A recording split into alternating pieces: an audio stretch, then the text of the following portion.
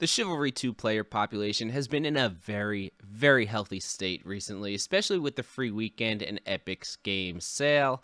These type of slasher games, they can be difficult to pick up, especially if you have no experience in a game like Mordhau or the original Chivalry, and it can be hard sometimes to see the subtle things an experienced player like me is doing to win so many fights if you're not familiar with the finer mechanics of the game.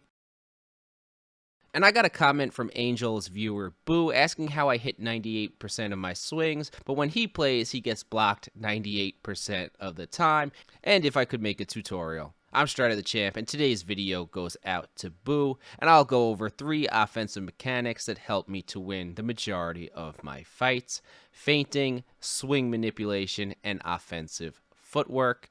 This guide should be helpful to all levels of players and provide you some insight into how my mind works with my gameplay style. If you find it useful, please reward me with your subscription.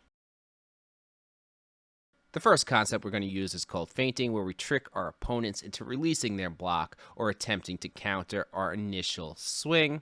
Feigning at its core is a very simple mechanic, as you simply start one attack and then change it to a second attack. This does a few things. Most players, they get into a rhythm of block slash, and when you break this rhythm, it means they'll habitually swing at the timing that they're used to. When the enemy falls for a feint, it keeps the initiative or right to attack in your favor, and your feint is now a free hit. Feinting also works against more experienced players, as they'll aggressively try to counter or match your attack. Feinting will bait out their counter, once again rewarding you with a free attack. Possibilities of feinted combinations are near endless. Here are just a few that you can use. Remember to throw a variety of feints, as players like me will remember your tendencies and punish you for throwing the same attack over and over and over again. A last point about feints is not all feinted combinations are performed equally. The best feints fully commit to the windup and only change their attack at the last second. These late feints will even work on more experienced players who believe you're now committed to the attack, so try not to rush your feints by pressing one attack immediately into another.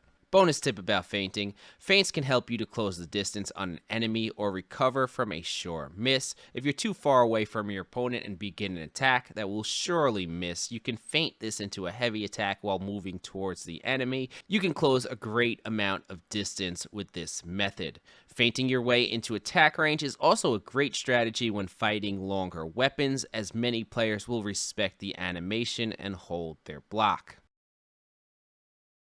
The second method of getting past an opponent's guard is through swing manipulation, and we call this dragging and excelling attacks. Let's start with dragging. Dragging at its core is a simple concept. You just aim your attack away from the enemy, slowing down its impact. This will again draw out reactions from your opponents and missed counters.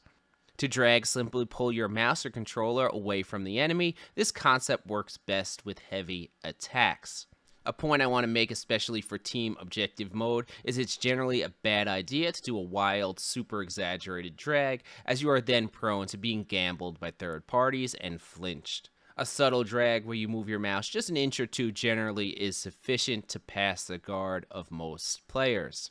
To drag an overhead attack, you simply look up towards the sky. How far you look up determines how late the strike will land. You can even get tricky on your opponents by throwing in crouches to change the angle, or dragging initially, then pulling your mouse back into them to speed up the attack again. Another method I like to use with overheads is to purposely throw the strike out past their shoulder, missing my target, and then only dragging it back on target at the last second. I find this method to be one of the best. Probably my favorite dragged attack is a stab, because it seems to be used less commonly. The method we just talked about, missing on purpose and then dragging your stab back to the enemy, is what we'll use here. I'll throw my stab off target and then at the last second pull it back onto my enemy for free damage. If you watch my longsword videos closely, you'll see I regularly drag even basic attacks and combine this with my footwork to land free hits all the time. Now, the opposite of a drag is an excel, where we speed up our attack to make it land faster. To excel an attack, we simply drag our swing past our opponent.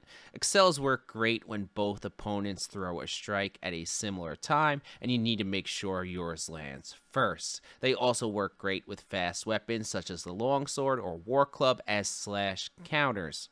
When you hit a successful slash counter, immediately excel your attack into the enemy, giving them less time to react and counter your attack back. Now, to excel an overhead attack, you simply drag your mouse down towards your enemy's feet, greatly speeding up the attack. Bonus tip: you can crouch and overhead excel to make the attack land even faster. Now, you can excel stabs by simply walking towards your enemies, but I find this to be the least effective excel method.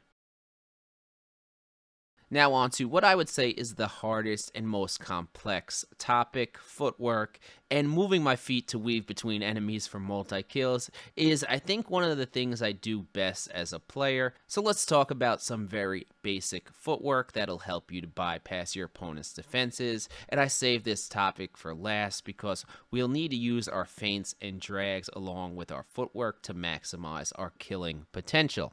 In Chivalry, the concept behind hold to block is that the enemy's weapon is supposed to be pointing in the general direction of your attack for it to work, and while it's pretty forgiving, we can still bypass this block radius by moving around it with our footwork. Most players will either stand still defensively or move straight backwards. We want to move at a diagonal angle towards and past them. When done properly, we'll have moved past their block radius, allowing us to land a free hit. You'll see me combine this diagonal movement with my longsword stabs all the time. I'll begin my diagonal footwork, throw my strike past their player model's shoulder, and then as I move past their block radius, I quickly drag it back to their player model.